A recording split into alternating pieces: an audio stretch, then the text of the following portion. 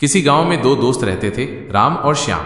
राम बहुत ईमानदार और सच्चा था, जबकि श्याम थोड़ा चालाक और झूठ बोलने वाला था। एक दिन गांव के मुखिया ने एक घोषणा की कि जो कोई भी सबसे सुंदर और स्वस्थ पौधा उगाएगा उसे इनाम मिलेगा।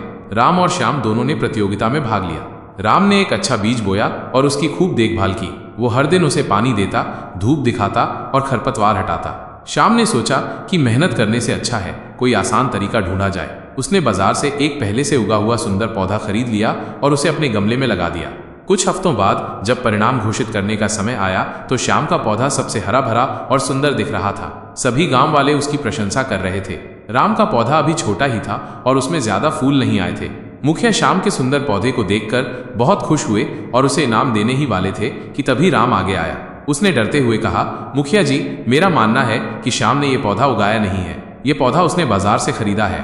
श्याम ये सुनकर घबरा गया और कहने लगा कि राम झूठ बोल रहा है। गांव वाले भी राम की बात पर विश्वास नहीं कर रहे थे, क्योंकि श्याम का पौधा सच में बहुत सुंदर था। मुखिया ने सच्चाई जानने के लिए दोनों से पूछा कि उन्होंने पौधे को कैसे उगाया। राम ने ईमानदारी से अपनी मेहनत के बारे में बताया। जब मुखिया ने श्याम से पूछा तो वो ठीक से बता नहीं पाया कि उसने कब पानी दिया या कौन सी खाद डाली।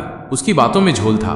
तब मुखिया ने श्याम के गमले की मिट्टी को ध्यान से देखा। उन्हें पता चल गया कि मिट्टी नई है और पौधे की जड़ें मिट्टी में ठीक से फैली नहीं है। उन्हें समझ आ गया कि राम सच कह रहा है।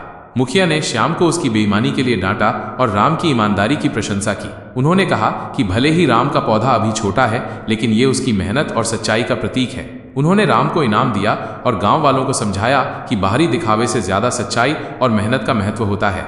इस कहानी से हमें ये सीख मिलती है कि झूठ चाहे कितना भी आकर्षक लगे, अंत में हमेशा सच्चाई की ही जीत होती है। ईमानदारी और मेहनत का फल हमेशा मीठा होता है।